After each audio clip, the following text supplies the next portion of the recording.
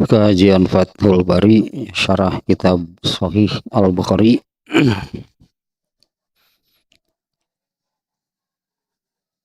bab ke-76, yaitu babul hazri minal gondobi li qaulillahi ta'ala, bab menghindari atau berhati-hati, itulahnya berhati-hati, teliti. Jadi berat sebetulnya nih ya pantaslah ada ayatnya nantinya yang kemarin ya sudah si ayatnya ya. Di bab berhati-hati dalam hal marah. Nah gitulah, berhati-hatinya dalam hal marah hanya terkait dengan marah berdasarkan firman Allah Ta'ala, A'udzubillahiminasyaitonirrajim, yaitu surat Asy-Syura ayat 37. Ini ayat-ayat yang dimuat oleh Imam Bukhari-nya di judulnya. Jadi bab berhati-hati terkait dengan perihal marah berdasarkan ayat.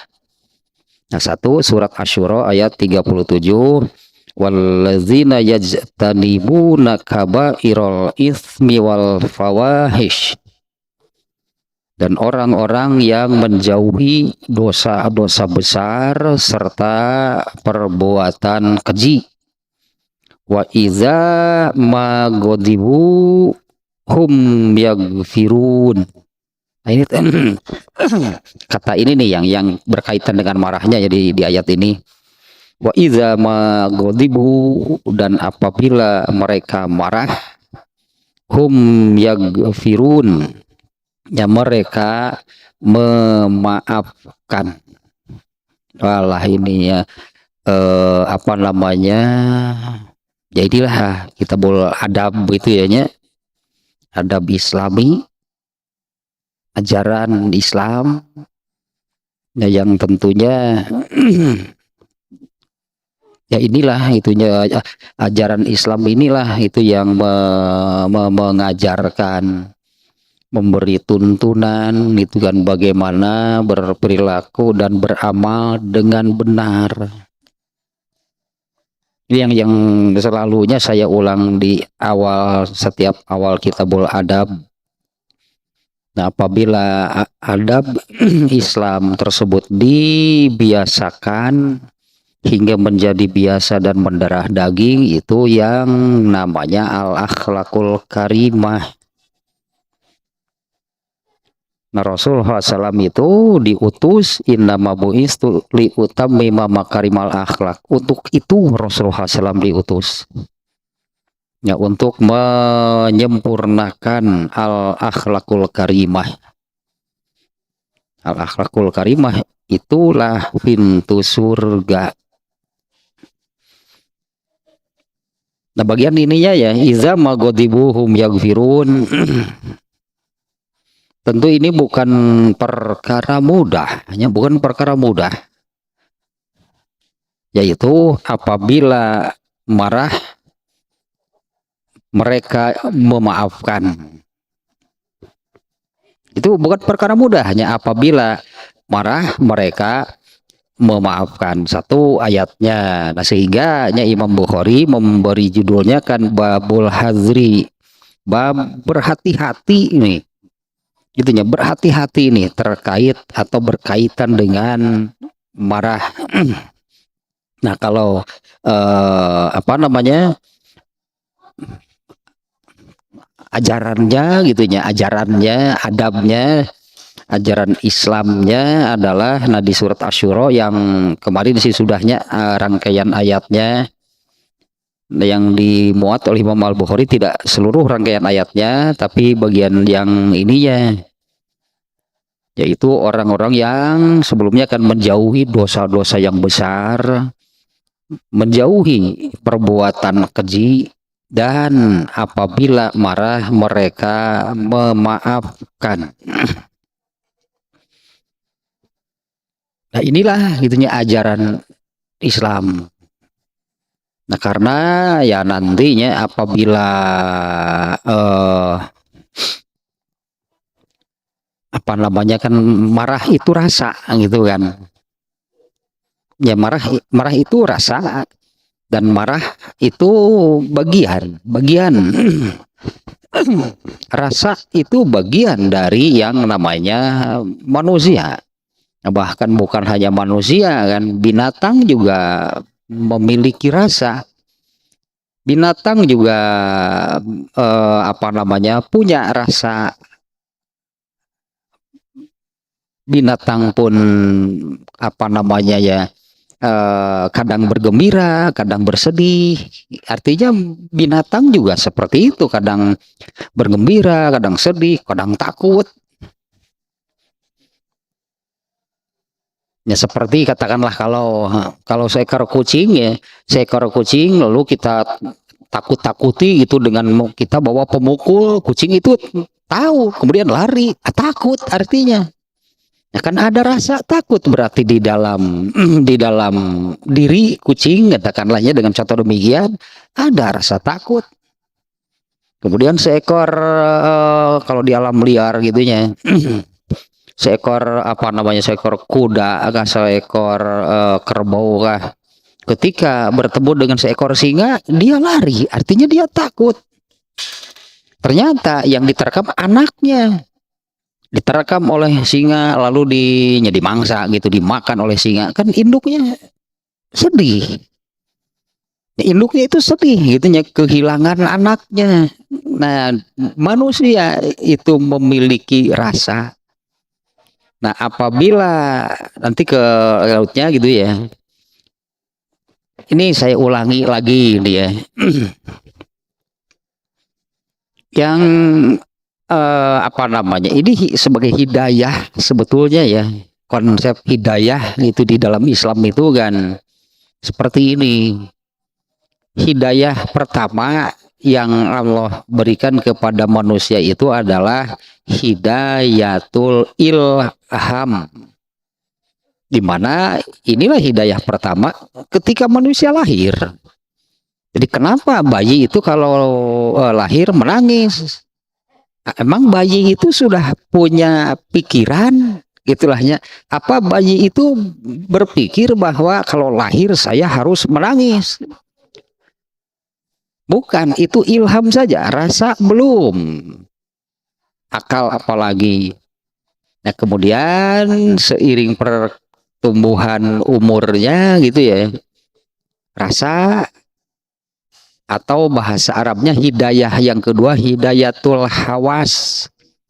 Rasa naluri gitu, akal belum. Nah, rasa naluri ini muncul lebih dulu berarti. Kemudian seiring pertambahan umurnya diberi lagi hidayatul akli. Sebutannya hidayatul akli ini hidayah. Arti hidayah itu pegangan. Pegangan ini yang akan menjadi pegangan manusia gitu ya. Sejak lahir sudah diberi pegangan oleh Allah berupa ilham. Kemudian diberi pegangan lagi berupa rasa, naluri. Kemudian diberi yang lebih tinggi lagi, itu naik lagi pegangannya, yaitu hidayatul akli, akal, berpikir. Nah, tapi hanya sampai di sini manusia itu belum bisa menjadi benar, gitulah ini masalahnya. Dengan apa yang sudah Allah berikan, hidayatul ilham, hidayatul hawas, hidayatul akli, manusia belum bisa menjadi benar.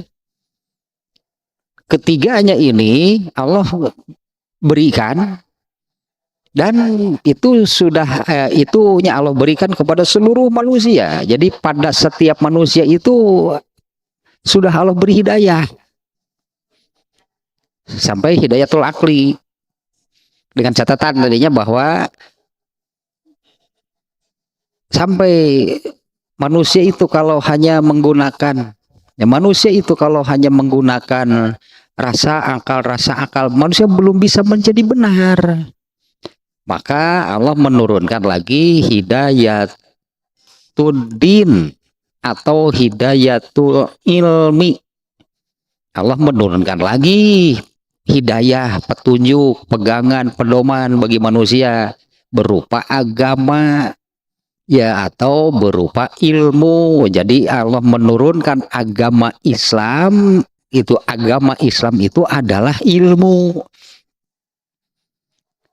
Dan ilmu ya ilmu yang berupa agama Islam ini pasti benarnya. Inilah yang disebut al-haq, benar yang sesungguhnya itu yaitu ilmu yang dari Allah, agama Islam.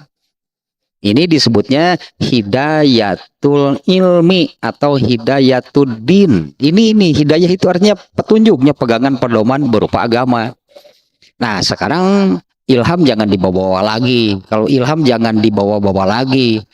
Artinya apa? Mau melakukan sesuatu itu kita ini nunggu ilham gitu. Itu kira.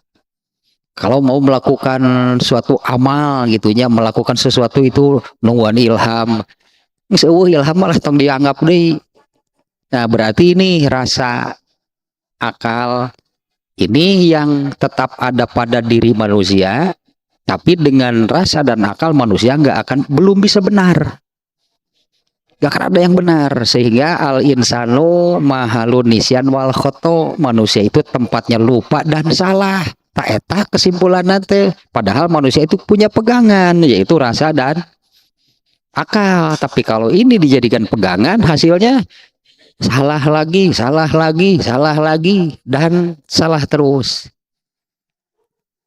Karena yang benar itu, kenapa Allah menurunkan hidayatul din, hidayatul ilmi? Karena Allah juga tahu, karena apabila hanya berpegang kepada rasa dan akal, manusia itu nggak akan pernah benar sampai kapanpun.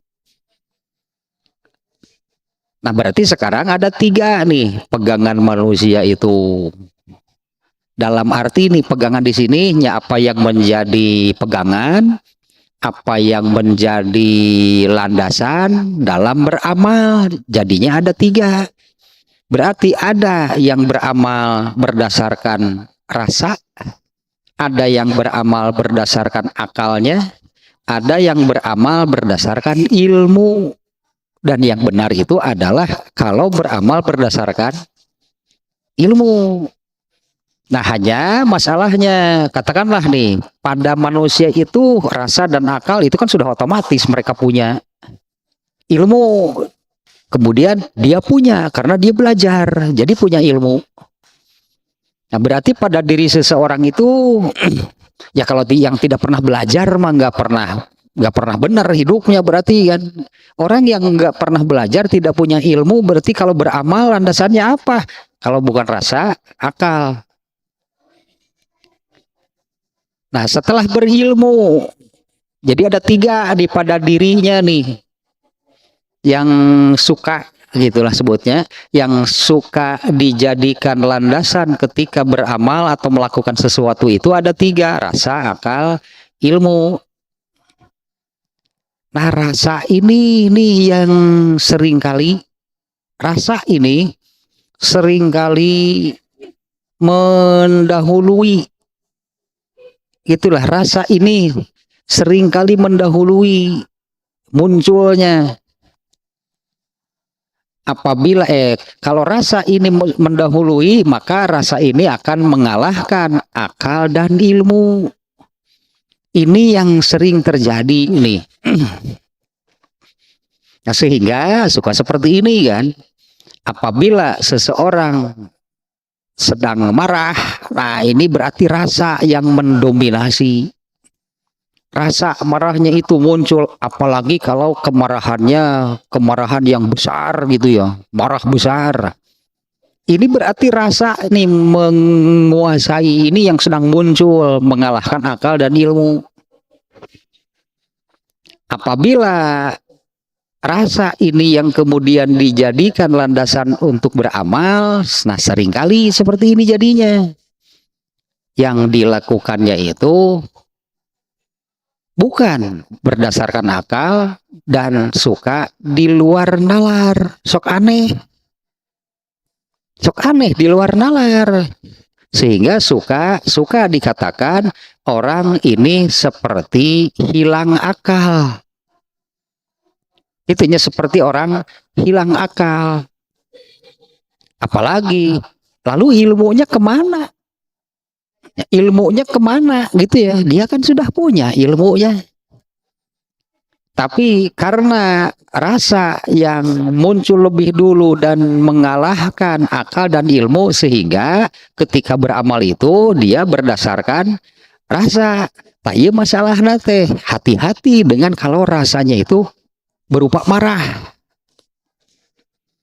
Hati-hati gitu. Ini kan seperti ini masalahnya nih. Babul hazri minal godobi. Hati-hati ini dengan rasa marah. Seperti barusan nih masalahnya. Sementara tuntutan ini sangat penting nih. Sementara tuntutan dari Allah itu adalah,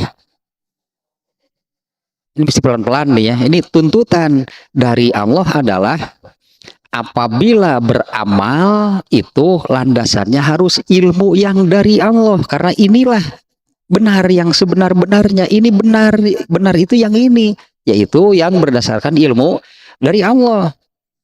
Nah, kalau bisa beramal dengan benar sesuai dengan ilmu, ini disebutnya juga hidayah, yaitu hidayatut taufik namanya.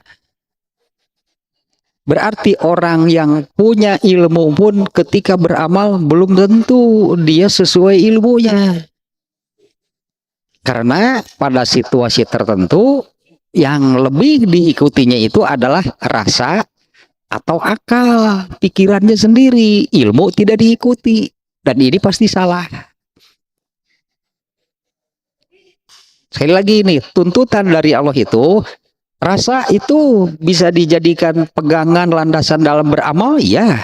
Akal bisa dijadikan landasan pegangan dalam beramal, ya. Karena memang ini pegangan hidayah dan, tapi ini pasti salah, karena yang benar itu kalau berdasarkan ilmu yang dari Allah. Nah, tuntutan dari Allah itu kalau beramal itu harus berdasarkan, berpegang, mengikuti tuntunan ilmu. Nah, orang yang sudah punya ilmu pun belum tentu dia beramal dengan benar. Apabila ketika melakukan sesuatu itu bukan berdasarkan ilmunya, malah berdasarkan rasa, malah berdasarkan akal. Tambahan sedikit lagi, ini yang lebih penting lagi, yang disebut sabar. Sabarnya, yang disebut sabar itu yang seperti apa? Sabar itu ilmu nih mengalahkan rasa dan akal. Orang yang sabar artinya adalah orang yang apabila melakukan sesuatu itu berdasarkan, berpegang kepada ilmu, bukan akal dan rasanya. Nah, kan itunya nih sangat penting bisa nubil itu. Nah, ini rasa marah ini apa namanya? Rasa yang lain juga sama sih. Misalnya ketika seseorang bersedih, marah pasti ada penyebabnya. Muncul gitu, rasa marah pasti ada penyebabnya. Mana mungkin nggak ada pemicunya marah itu muncul? Atau artinya marah karena apa? Marah pasti ada alasannya. Sedih juga sama, gembira juga sama. Seseorang ketika sedang bersedih, itulahnya seseorang ketika bersedih ini muncul rasa sedih.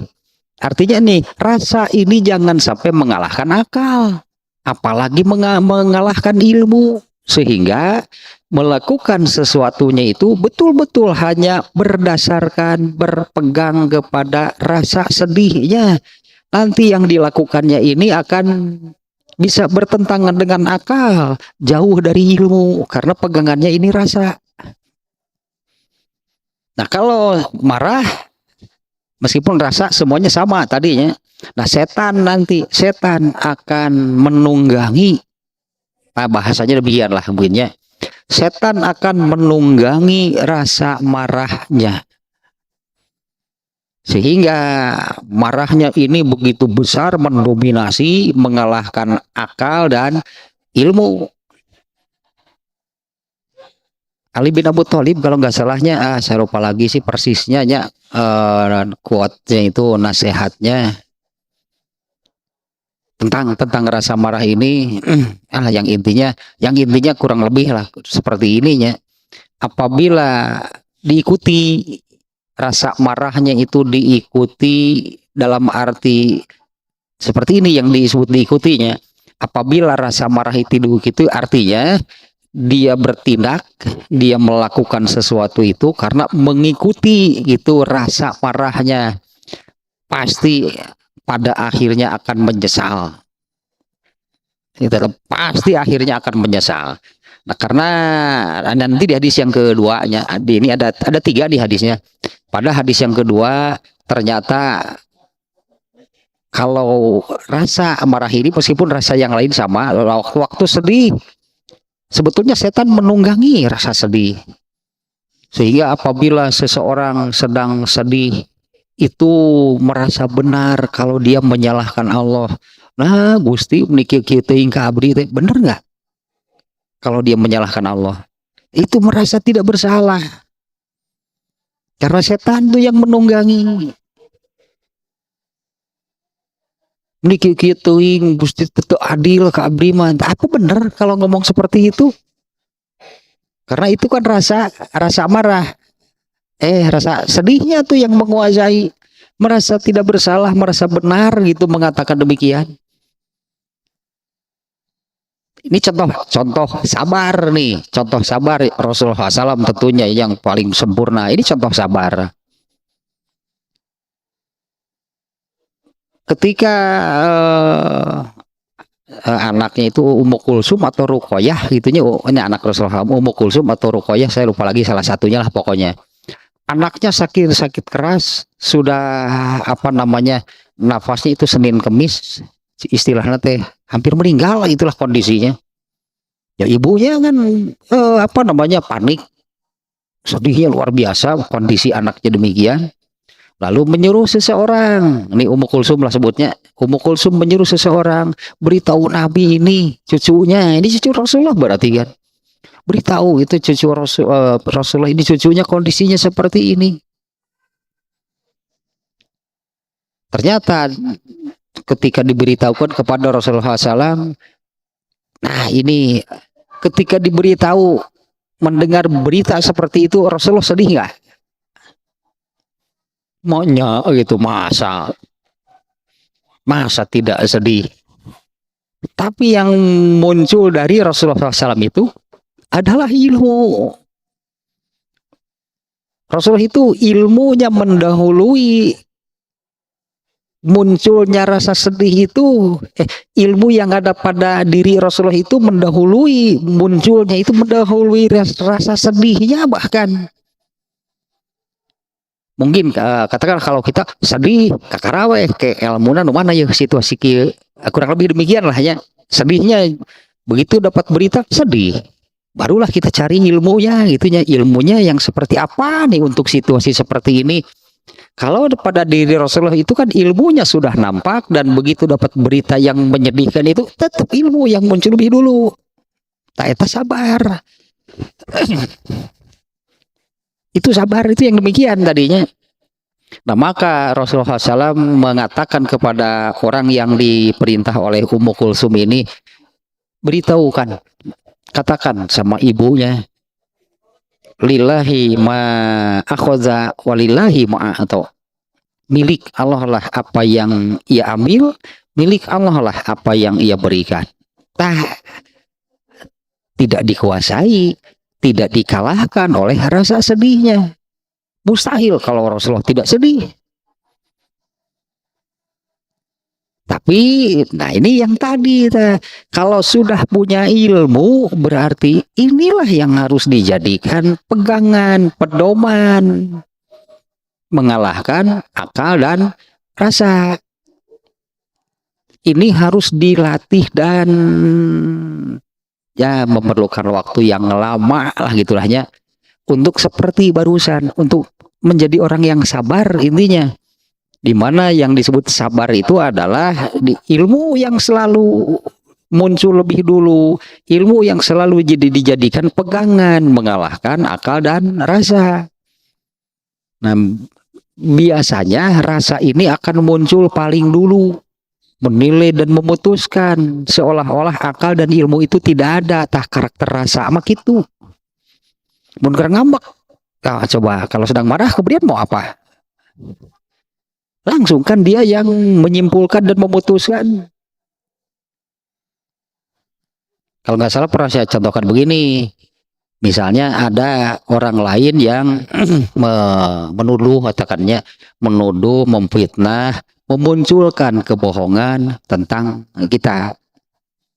Misalnya mengatakan sesuatu lah, begitu kita mendengar berita tersebut, wah gitu kan langsung marah, langsung memutuskan kuai tinggalikeun. Nah, itu kan keputusan kan, pan kesimpulan kan bahwa tinggalikeun sageunahna we ngomong teh. Tapi kemudian misalnya beberapa saat kemudian akalnya berpikir, pikir-pikir kita sarwana teuing, geuning beda tak kesimpulanana menurut rasa jeung akal. Atau akalnya mengikuti rasa, dipikir-pikir si eta gaya we sageunahna. Nah, berarti akal kalah oleh rasa. Padahal menurut ilmu nih, menurut ilmu apabila ada yang demikian itu seperti apa duduk masalahnya menurut ilmu. Kalau menurut ilmu, apabila ada seseorang yang menuduh, memfitnah gitunya, memunculkan kebohongan tentang kita, maka orang itu sedang memberikan pahalanya bagi kita. Harusnya bergembira. Tuh cek ilmu ada gitu.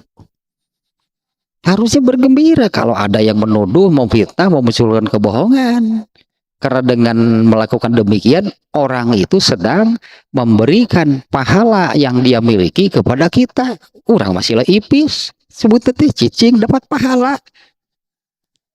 Karena sebetulnya kan untuk memiliki pahala itu kan sulit, susah. Karena kalau ingin pahala harus beramal. Ari makan cicing, dikirim pahala. Makanya Abu Hanifah juga Hasan Al-Bisri mengalami kejadian demikian. Ya mereka ulama besar pasti banyak yang hasutnya lah, pasti banyak yang memfitnah. Abu Hanifah pernah mengalami hal seperti itu. Ketika ada orang yang datang menyampaikan itu si fulan nih mengatakan beri memunculkan fitnah tuduhan tentang Tuhan itu begini begini. Di mana jelema itu si anu dibere duit pangmulikeun martabak kirim itu. Tah Abu Hanifah mah kitu. Bejakeun heuh geus teu beugi pahala, geus teu resep pahala mah geus tah yang pahala mah kadiekeun tah tukeran tah jeung martabak. Tah eta ilmu. Nah gitulah sebetulnya ini marah iya, sedih iya, itulahnya kecewa. Gitu tah masalah nate rasa itu pegangan. Akal itu pegangan bagi manusia. Tapi kalau manusia hanya berpegang kepada rasa dan akal, manusia ini nggak akan pernah benar. Karena ini apa namanya rasio untuk benarnya itu sangat jauh, rendah sekali. Nah, karena kondisi manusia demikian, maka Allah menurunkan ilmu. Menurunkan ilmu atau agama hidayatuddin. Setelah Allah menurunkan ilmu ini, tuntutan dari Allah itu adalah beramalah berdasarkan ilmu, berdasarkan ajaran agama ini pasti benar. Dan Allah memberikan pahala lagi gitu kan kalau beramal berdasarkan agama, berdasarkan ilmu. Nah, mungkin sekarang lebih bisa dipahami mungkinnya ini judulnya ya karena dari hadis sama nanti akan semakin mudah nih memahami hadisnya nih. Judulnya demikian nih Imam Bukhari ini kan, babul hazri, bab berhati-hati dengan ataunya berhati-hati dengan marah. berdasarkan ayat Asyura tadinya yang pertama ayat 37, kemudian satu lagi surat Ali Imran ayat 134, yaitu ya wallazina yunfikuna fisarra'i wad-dharra, yaitu orang-orang yang tetap yang selalu terus menerusnya tidak berhenti berinfak sodakoh baik dalam kelapangan ataupun dalam kesempitan. Wal kaziminal goizo, dan orang-orang yang mampu menahan marahnya. Nah ini tentunya yang berkaitan dengan marahnya bagian yang ini dari Ali Imran 134. Wal afina anin nas, dan memaafkan orang lain. Wallahu yuhibbul muhsinin, dan Allah mencintai orang-orang yang ihsan, itu adalah intinya yang beramal soleh. Sebelum ke hadisnya saya ingat ada satu kisah. Imam Bukhari kalau nggak salah, ini Imam Bukhari, Imam Bukhari atau yang lain, atau memang ada dua gitu kisahnya dengan kejadian yang kurang lebih atau hampir sama. Tapi yang penting adalah pelajarannya nih dari kejadian ini. Imam Bukhari lah katakannya orangnya nih. Imam Bukhari itu kedatangan tamu, lalu ya kedatangan tamu bertamu, lalu pembantunya itu membawa jamuan, disuguhan gitu. Pembantunya nih membawa jamuan. Bukan Imam Bukhari atau siapa nih ya, membawa jamuan. Ternyata ketika mau diletakkan, tumpah ke baju tamunya. Tumpah itu ke baju tamunya. Tamunya nggak ngomong apa-apa, hanya begitu kena tumpahan dari si pembantunya ini hamba sahaya. Saya kira ini bukan Imam Bukhari ya kalau nggak salahnya. Begitu bajunya itu kena tumpahan dari hamba sahaya tadi, tamunya tidak bicara apa-apa, hanya langsung memandang ke arah tuan rumah. Kukitu nage itu teh sudah terasa apa namanya, nggak ngomong, hanya begitu kena tumpahan, bukan melihat ke si pembantunya, tapi ke tuan rumahnya. Sesaat gitulah, saat itu kemarahannya langsung, gitulah muncul gitunya kemarahannya. Ya karena tamu yang dihormatinya gitulahnya mendapatkan kejadian yang demikian. Ini si pembantunya membacakan ayat ini. Si pembantunya membacakan ayat ini, yang dituntut dih maca ayat nate. Maca nate nu ieu heula tah. Wal kaziminal goizo, si tuan rumahnya itu tahu tentang ayat ini. Wal kaziminal goizo, dan orang-orang yang mampu menahan amarahnya. Maka si tuan rumahnya itu mengatakan, oh ya, saya tidak marah. Dia mampu menahan kemarahannya.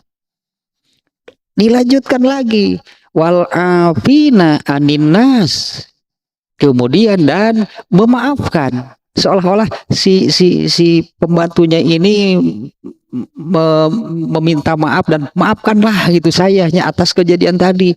Wal afina anin nas. Kemudian si tuan rumah itu mengatakan, iya saya memaafkan kamu. Bacakan lagi yang lanjutannya, wallahu yuhibbul muhsinin, dan Allah menyukai orang-orang yang beramal soleh. Orang itu mengatakan, kamu saat ini bebas merdeka. Tadi amalkan ayatnya nepi ka kitu batur mah. Sampai seperti itu kejadiannya. Padahal marah besar karena tamunya ini tamu kehormatan katakanlah, ketika mau disuguhi minuman atau makanannya itu tumpah ke bajunya. Si tamunya nggak ngomong apa-apa, langsung mengarahkan pandangannya ke si tuan rumahnya. Tuan rumah merasa dipermalukan. Muncullah kemarahannya, si pembantunya ini membacakan ayat wal kaziminal goizo, langsung itu dengan ilmu mak itu tak langsung kemarahannya hilang. Karena dengan ilmu menurut ayat ini artinya nih orang, karena ini rangkaian mereka itu adalah orang yang hebat gitulah. Ini diantaranya yaitu orang yang mampu menahan kemarahannya. Seketika itu juga rasa marahnya hilang. Dia mengatakan, ya saya tidak marah gitu.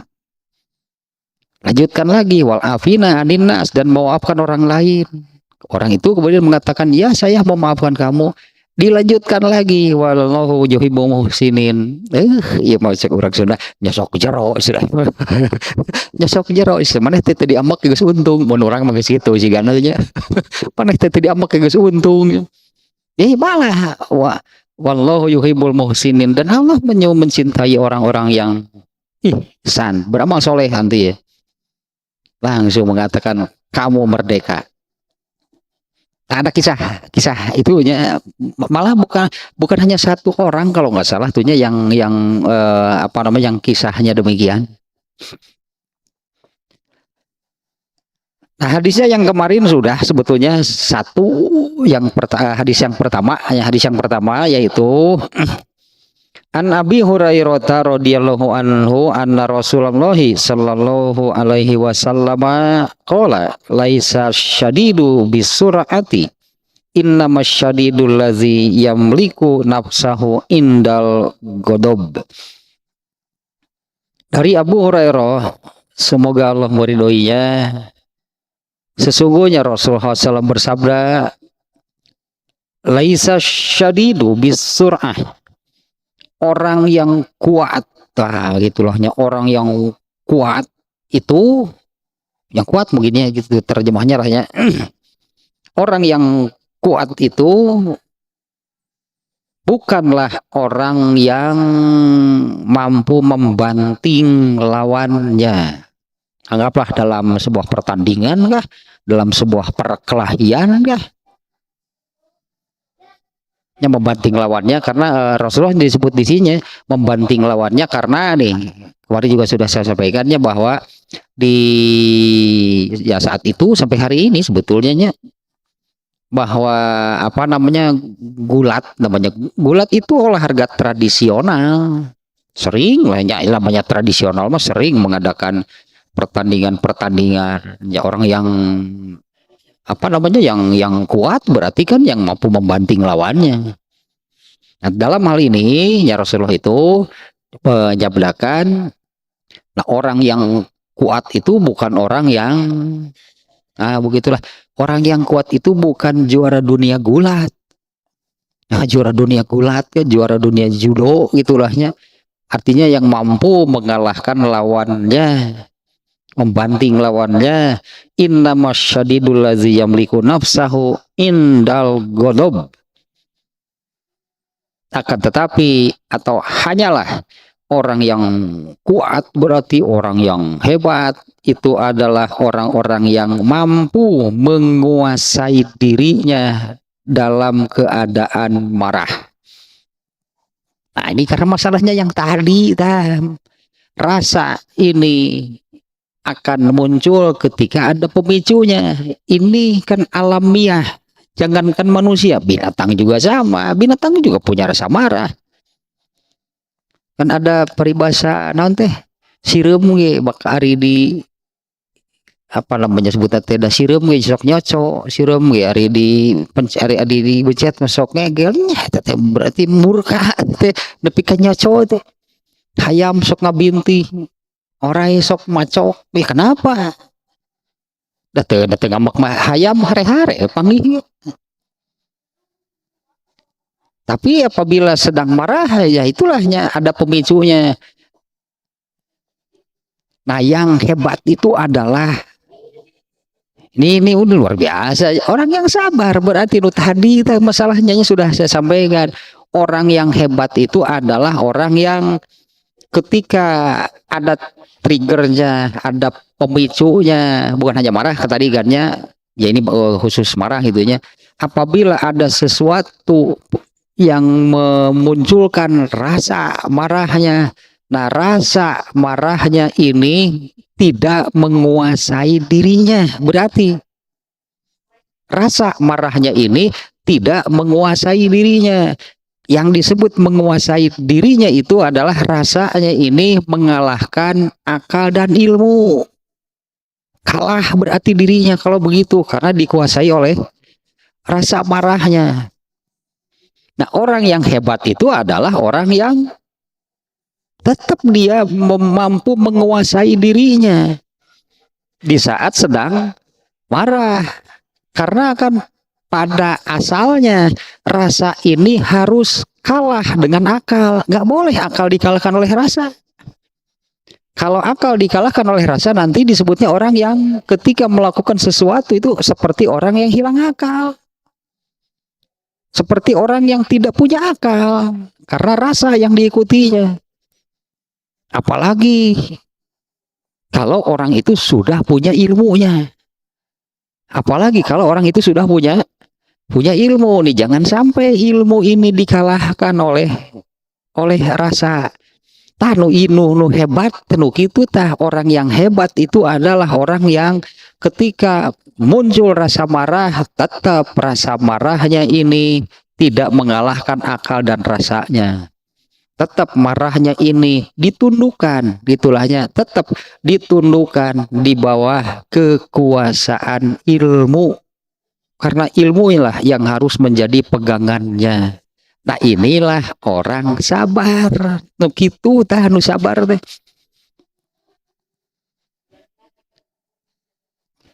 Kalau nggak salah kan ini masih ada nih di sini nih. Kita ulangi lagi saja nih. Ini sangat penting nih ya. Nih, definisi sabar itu adalah ibaratun an sabati ba'isidin fi muqabalati ba'isil hawa.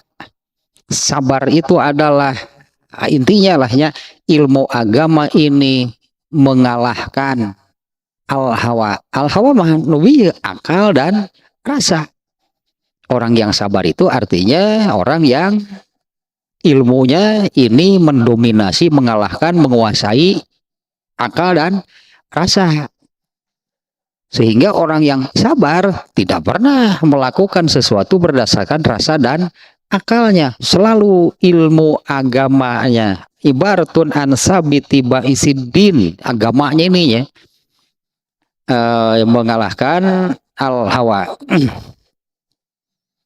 Nah, kemudian sabar itu ada dalam hal as-sabru ala ta'ah, sabar ketika taat, as-sabru ala nikmat, sabar ketika mendapatkan kenikmatan, as-sabru alal maksiat, bersabar dari berbuat maksiat, as-sabru alal bala, bersabar ketika mendapatkan musibah, ujian, cobaan.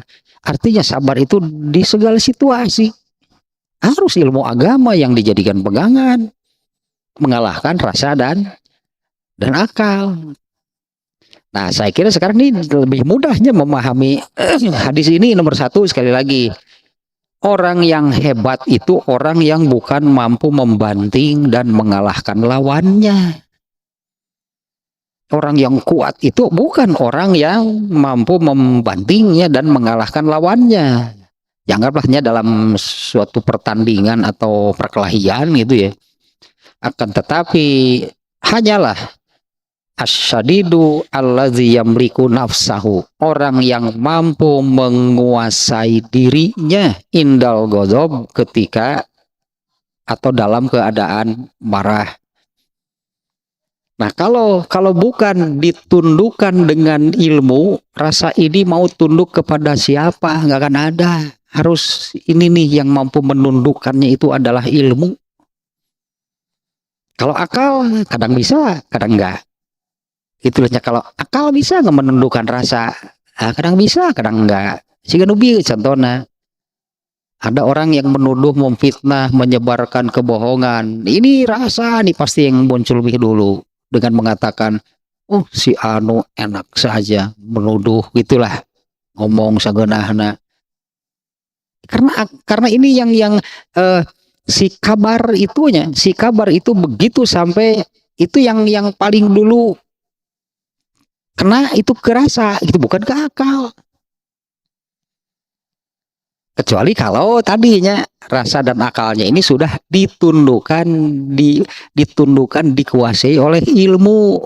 Kalau orang yang sudah demikian, apapun pasti ilmu yang akan menjadi bentengnya, karena ini ada di dalamnya. Rasa dan akal itu di dalam, dikuasai itunya oleh ilmu.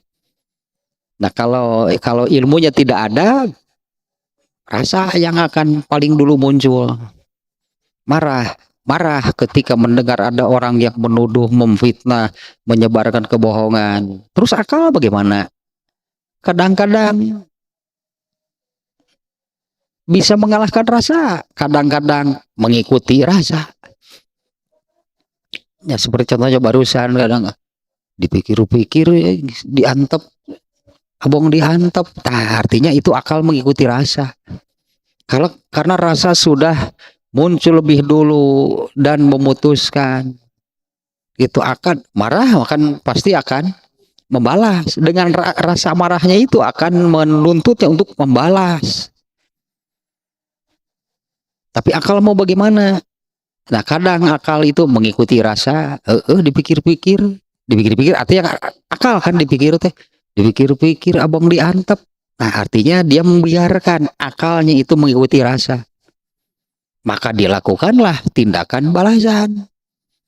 Atau akal mampu mengalahkan rasa, dipikir-pikir sarwara teuing, geus antep lah kumaha dinya. Nah, artinya rasanya diredam oleh akal.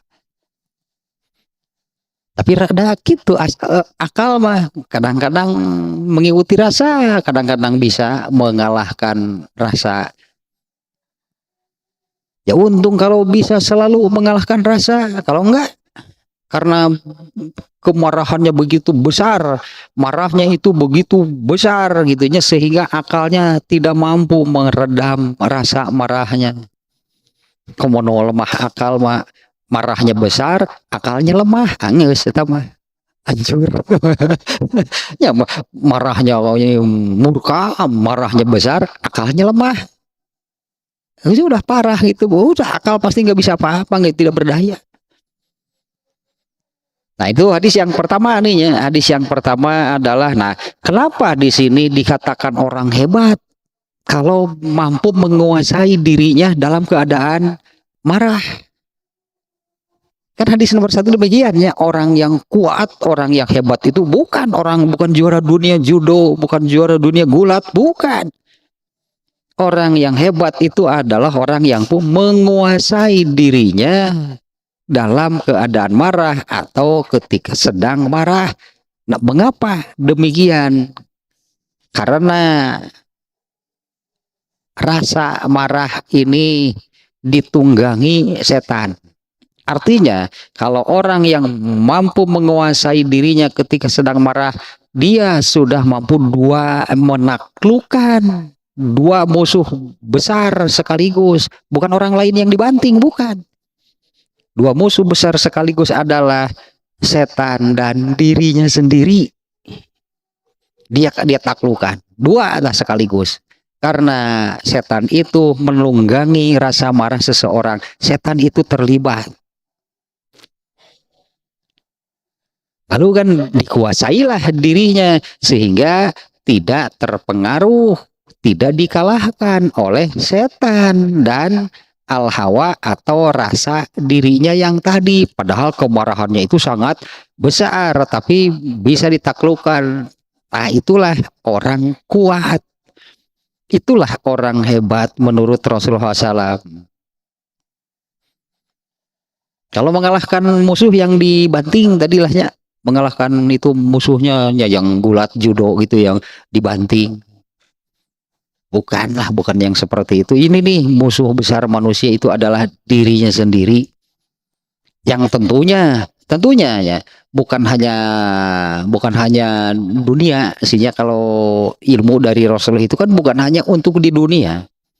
Tapi situasi seperti itu, situasi marah, kemudian melakukan sesuatu karena mengikuti rasa marahnya, ini kan ada kaitannya dengan akhirat. Ini ada kaitannya dengan akhirat. apabila dia melakukan sesuatu karena mengikuti rasa marahnya, artinya yang menjadi pegangan amalnya, tindakannya itu kan rasa marahnya ya.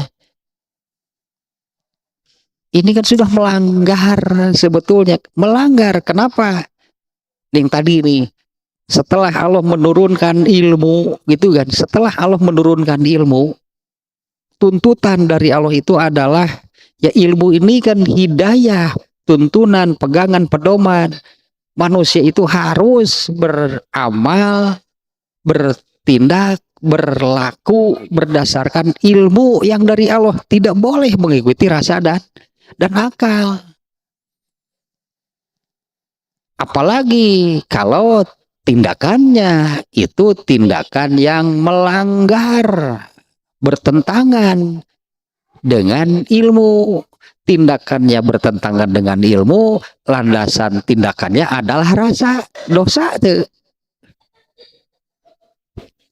Landasannya salah, tindakannya juga tindakan yang bertentangan dengan ilmu. Misalnya kalau karena kemarahannya ini sampai membunuh kan jelas bertentangan kan, melanggar kan. Terus landasan membunuhnya apa? Karena rasa marahnya. Dua atau dosa lagi.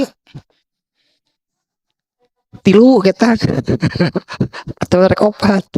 Berarti dia juga mengikuti setan. Tah setan akan mengarahkan manusia untuk melakukan hal-hal yang itu tadi itu ya, al-kabair wal fawahish. Saya kira ini sekarang terasa nih makna hadis ini nih. Orang hebat itu bukan orang yang bukan, nah itulah mengarah gampangnya. Orang yang hebat itu bukan juara dunia gulat atau judo atau tinju, mengalahkan lawan sampai KO. Bukan yang seperti itu. Orang yang hebat itu adalah orang yang mampu menguasai diri dari mengikuti rasa dan dari pengaruh setan. Karena setan itu masuk. Khusus untuk rasa marah mah ada hadisnya ya, setan itu masuk. Kemudian, nah ini kan kelakuan setan nih. Kelakuan setan nih. Setan itu akan mengatakan, ikutilah rasa marahmu, sampai mengatakan seperti tadi. Sampai mengatakan seperti tadi misalnya ya. Bisa jadi nih disebutnya orang sedih, marah juga. Misalnya kalau di satu keluarga ada yang meninggal, dia ini ya sedih, kecewa, lalu dia marah kepada Allah. Dia marah kepada Allah. Kenapa Allah menakdirkan demikian? Nah, kemudian oleh setan di komporannya, bahasa Sundanya dikomporan lah oleh setan, sehingga dia merasa benar ketika mengatakan atau melakukan sesuatu yang melanggar. Di antaranya mengatakan demikian. Itu adil Allah mah. Tah eta kan dari siapa sih dari siapa sih bahannya orang itu bisa sampai mengatakan demikian? Teku setan dah. Dan orangnya sendiri itu tidak akan merasa bersalah mengatakan demikian. Karena wajar we da keur ngambek atuh, wajar we da keur sedih. Nah, enggak akan merasa bersalah. Tah eta teh setan nu ngabahanana teh. Ya, setan itu akan menunggangi tanya rasa marahnya. Jadi hebatnya, apa sih hebatnya yang menurut Rasulullah itu kuat, hebat itu di mana disebut kuatnya, hebatnya itu di mana? Orang yang seperti ini, orang yang mampu menguasai dirinya ketika marah itu orang kuat, orang hebat. Hebatnya di mana? Hebatnya itu mengalahkan dua musuh sekaligus. Yaitu rasa marahnya al-hawa, artinya yang menurut setan seolah-olah karena sedang marah itu wajar dan boleh lah gitulah mengatakan apapun, melakukan apapun. Dan setannya sendiri kan jadi dua kan yang dikalahkannya, mengalahkan hawa nafsunya dan mengalahkan setan. Oh, luar biasa orang yang bisa mengalahkan setan itu hebat benar. Karena musuh terbesar manusia itu adalah setan. rek setan Yahoo atau rek setan asli. Kedua ada setan Yahoo lah, setan si eta ge. Hadis kedua nih, jadi kelihatan nih korelasinya nih dengan yang kedua nih, hadis kedua. Antara yang saya katakan tadinya, marah itu amat sangat rentan boleh bahasanya, atau selalu gitulahnya ditunggangi oleh setan. Nah, sehingga tindakannya itu tindakan yang ya mana mungkin setan mengarahkan kepada satu tindakan yang sesuai dengan ilmu, kan mustahil setan itu mengarahkan demikian.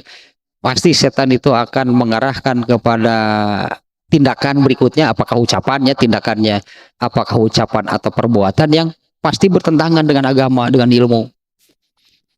Nah, yang kedua nih hadisnya.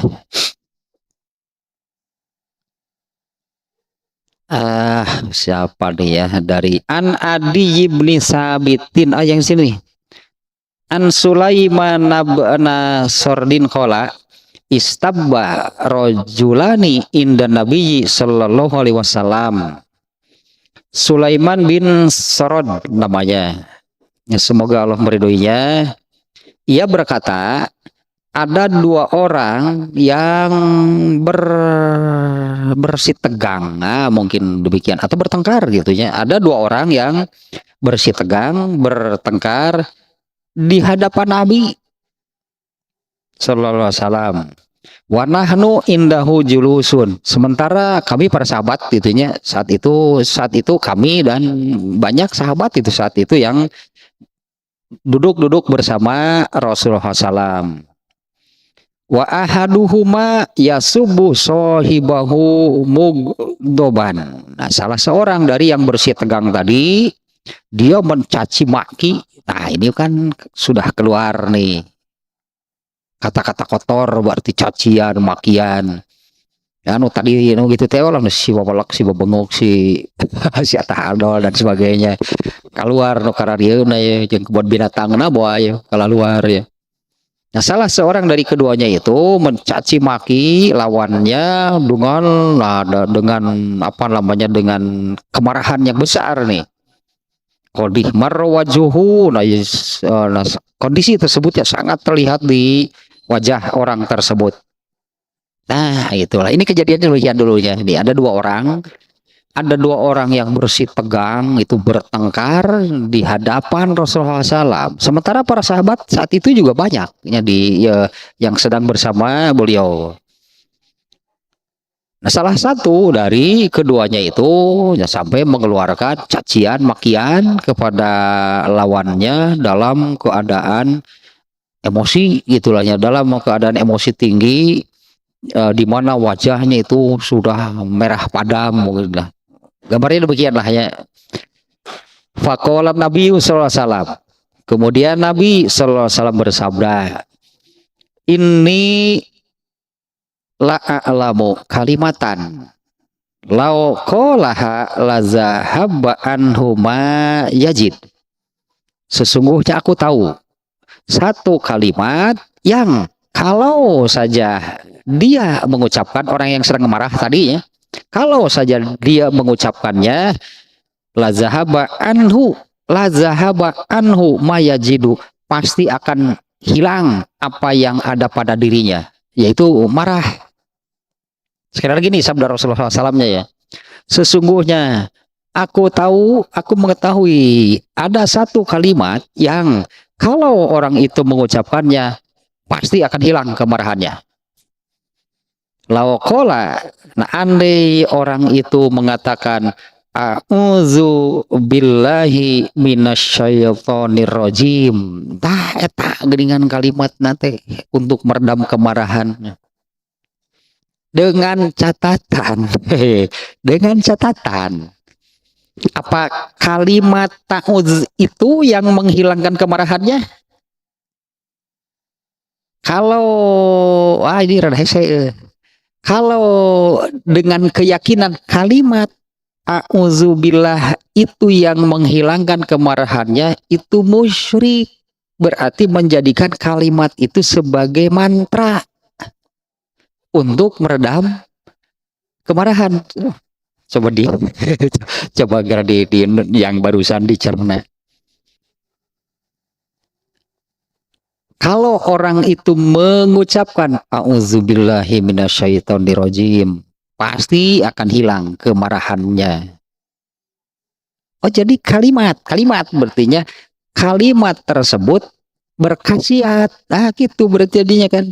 Kalimat tersebut berkhasiat meredam kemarahan. Musyrik berarti karena menjadikan kalimat ta'uz itu sebagai mantra atau jampe untuk menghilangkan kemarahan. Benar mengucapkannya iya, intinya karena Rasulullah di sini kan kata-katanya juga demikian. Kalau dia mengucapkan a'udzubillahi minasyaitonirrajim, bukan kalimat itu yang menghilangkan kemarahannya, tapi yang menghilangkan kemarahannya itu adalah Allah dengan katakanlah dengan menawannya boleh disebut seperti inilahnya, dengan menghilangkan pengaruh setan dari orang itu Allah yang melakukannya karena dirinya melindungkan diri kepada Allah, bukan kalimat ta'udz yang mempunyai khasiat jadinya kan meredam kemarahan. Ulah kayak jadi mantra. Ta'udz itu jadi mantra kalau seperti itu. Faqalu lirrajuli. Nah, iya, lanjutannya nih. Tadi Rasulullah menyabdakan demikian ya. Aku mengetahui satu kalimat yang kalau dia mengucapkannya pasti akan hilang ya kemarahan yang ada di dalam dirinya. Yaitu ya, andai dia mengucapkan a'udzubillahi minasyaitonirrajim. Faqalu, kemudian orang-orang para sahabat yang hadir pada saat itu mengatakan kepada orang yang sedang marah, yang mencaci maki tadi, ala tasma'u ma yaqulun nabiyyu sallallahu. Apa kamu tidak mendengar apa yang disabdakan Nabi barusan? Qala, si orang itu mengatakan, ini lastu bimajnun. Nah, aing gitu gelo atis ya. Aing gitu gelo. Sadar. Langsung apa namanya? Ini jawabannya demikian ya orang ini. Ketika orang-orang mengatakan kepada orang tersebut, ya kan sedang marah, mencak-mencak, memaki-maki. Lalu Rasulullah dengan tenangnya, kan Rasul tidak ikut marah di sini kan, bukan Rasulullah yang marah. Ya dengan tenangnya Rasulullah SAW menyampaikan ilmu nih, yaitu yang tadi ya. Nah, kemudian para sahabat mengatakan kepada orang tadi, kamu mendengar nggak apa yang disabdakan oleh Nabi SAW barusan? Orang itu mengatakan, ini lastu bimazun. Iya, kan saya ingelin jelma gelo atuh. Iya, saya juga bukan orang gila. Nah, tapi kemudian, nah ini maksudnya erat kaitannya nih, marah itu dengan setan. Makanya hadis yang pertama hanya pantas kalau Rasulullah menyabdakan demikian. Orang hebat itu adalah orang yang mampu menguasai dirinya, ternyata mampu mengendalikan rasa marahnya, berarti gitulah tadi pokoknya yang mampu mengendalikan rasa marahnya. Nah, orang sabar itu kan orang yang selalu ilmu dan ilmu, di mana ilmunya ini sudah menjadi pegangan utamanya. Dalam segala situasi itu selalu ilmu mengalahkan rasa dan akal. Nah, kalau orang yang berilmu ketika ada rasa marahnya, tetap marahnya ini dalam penguasaan ilmu. Itu yang dilakukan oleh Rasulullah. Marah, iya, karena marah itu kan manusiawi, nggak bisa nggak marah, harus marah malah. Tapi kan tetap dalam ini ya, dalam cakupan ilmu. Nah, orang ini ilmunya datang kemudian, tapi untung kan begitu diberitahu orang ini sadar kan. Ya, begitu diberitahu kan orang ini sadar langsung ya. Sudah kan sebelumnya memaki-maki, mencaci, mencak-mencak, wajahnya sampai merah padam. Begitu disabdakan ta'uz gerasok. Kalah gitu muncul baca ta'uz gerasok. Benar orang-orang mengatakan, kamu mendengar nggak sabda Nabi barusan? Iya, saya juga bukan orang gila. Langsung. Tapi dengan catatan barusan sangat penting saja. Bukan meyakini, bukan menjadikan kalimat a'udzubillah itu memiliki khasiat, memiliki kekuatan. Kalimat itu yang meredam kemarahan, bukan. Kalau demikian itu berarti menjadikan kalimat ta'uz itu sebagai jampe atau mantra untuk meredam kemarahan. Amakna anggar aja musyrik. Ada salah, itu tambah ada salah penggunaannya. Salah, marahnya akan hilang, musyrik dosa tambah dosa musyrik lagi. Hayo hoe ta'ud sekali anggar kene ta'ud deui rek diulang-ulang gitu anggar we. Karena makna ta'uz itu kan melindungkan diri kepada Allah. Kenapa harus melindungkan diri kepada Allah? Karena setan itu kekuatannya besar. Hanya Allah yang mampu. Kalau manusia melawan menggunakan kekuatannya sendiri, saya mau melawan setan, nggak akan menang. Harus dengan bantuan Allah. Itulah maknanya nih ya. Artinya dia melindungkan diri kepada Allah, dia melindungkan, menyandarkan diri kepada Allah dari penguasaan setan. Karena ini dikuasai setan nih. Kalau sudah sampai pencak-pencak, marah-marah, keluar kata-kata kotor, kan ini bertentangan kan dengan ajaran Islam. Dari setan berarti.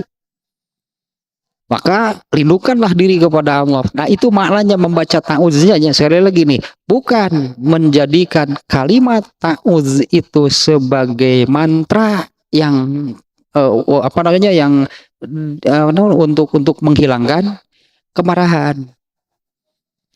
Nah, dua hadis ininya ya, saya kira jadi lebih jelas tadinya. Kenapa Rasulullah menyabdakan orang hebat, orang kuat itu adalah orang yang mampu menguasai dirinya dalam keadaan marah. Karena dia mampu mengalahkan dua musuh sekaligus. Dirinya sendiri, al-hawa, hawa nafsu, dan setan. Tapi kan bagaimana, dengan apa? Dengan apa bisa mengalahkannya?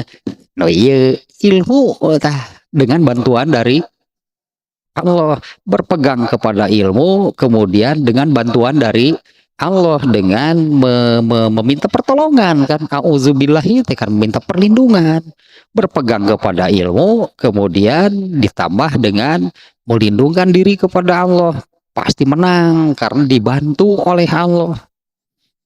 Tetap yang hebat mah Allah sebetulnya. Tetap yang kuat yang hebat mah Allah. Tapi orang ini kan jadi kuat gitu kan karena diberi pertolongan, diberi perlindungan oleh Allah. Nah kemudian satu lagi yang terakhir, nah ini juga jadi lebih mudah nih, hadis yang ketiga. An Abi Hurairah radhiyallahu anhu anna rajulan qala. Dari Abu Hurairah, semoga Allah meridhoinya, anna rajulan qala lin Nabi sallallahu alaihi wasallam. Ada seseorang yang tidak disebut namanya sih di sini ya.